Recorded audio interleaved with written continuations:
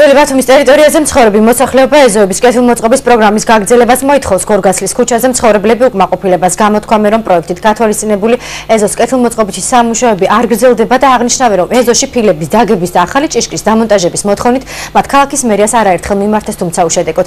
მასთან საუბარში მოქალაქეები იმასაც აღნიშნავენ, რომ ეზოს კეთილმოწყობის მიზნით არჩევნებამდე მოტანილი სამშენებლო მასალები უკან წაიღეს. მერიაში განმარტავენ, რომ პროექტი წელსაც გაგრძელდება.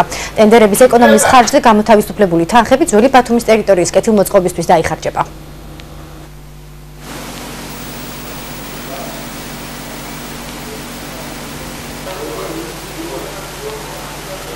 არ ნახეთ ახლა ამ ქუჩაზე გაიარა და ნახეთ თუ რომელიმე ეზოა მოიწესრიგებელი გარდა ქვები მოიტანეს დააწეს და მე აიღეს რატომღაც წაიღეს ახედან. იყო დაწყობილი იყო წინ დააწეს უნდა გაიგეთებინათ.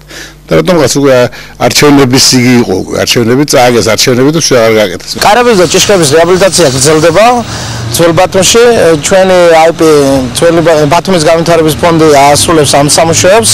შესრულებულია წინა წელს 99 ჭიშკარია გამოცვლილი, 70-მდე კარები გამოცვლილი, დარჩენილი 40 კარები და დაახლოებით 60-მდე ჭიშკარი, რომლის გამოცვლასაც პრაქტიკულად ამ წლის ბიუჯეტში მოვახერხებთ. ჩვენ ველოდებით ეკონომიას და ცვლილებით შევალთ საკრებულოში და იმედია საკრებულო დაგვიმტკიცებს.